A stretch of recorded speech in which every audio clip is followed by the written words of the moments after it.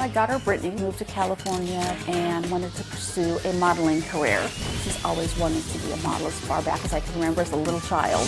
I had interviews with modeling agencies and I was wanting to get my hair done and my nails done. She wanted to look her best, so she started tanning so she could look good whatever they wanted her to wear. And that's where everything just came crashing down.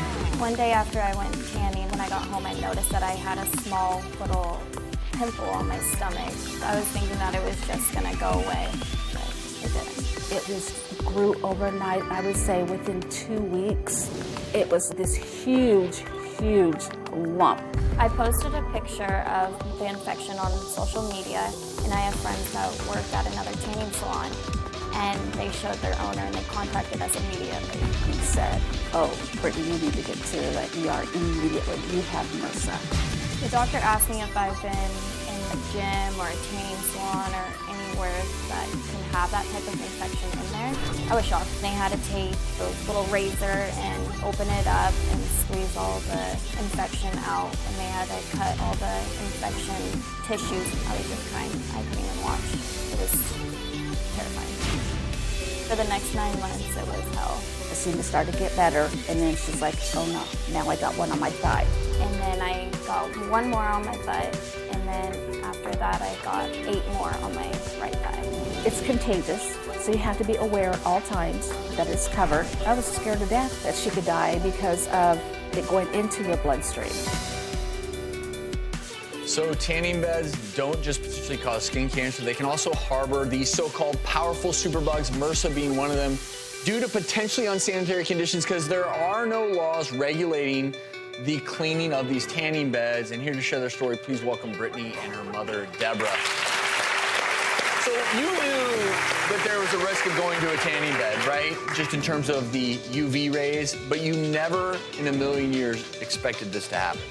I never expected this to happen to me, especially going to a tanning bed. And Brittany, I know that this was a really difficult thing for you. You're beautiful, you're young, you go tanning, you're really concerned about the way you look. What about this? What was the scariest moment or the toughest moment for you? The scariest part was looking down at my legs and seeing the 10 holes, the bloody holes in my legs. 10 bloody holes? Yeah, and then I knew my legs would never be the same again. You have a lot of scarring now? I have 10 scars. 10 scars? And are they as bad as they seem on the pictures? Are they? And Mom, I can only imagine that just looking at your daughter right now, looking in her eyes, this has been a big emotional burden for both her and you, right? Oh, it's horrible, horrible.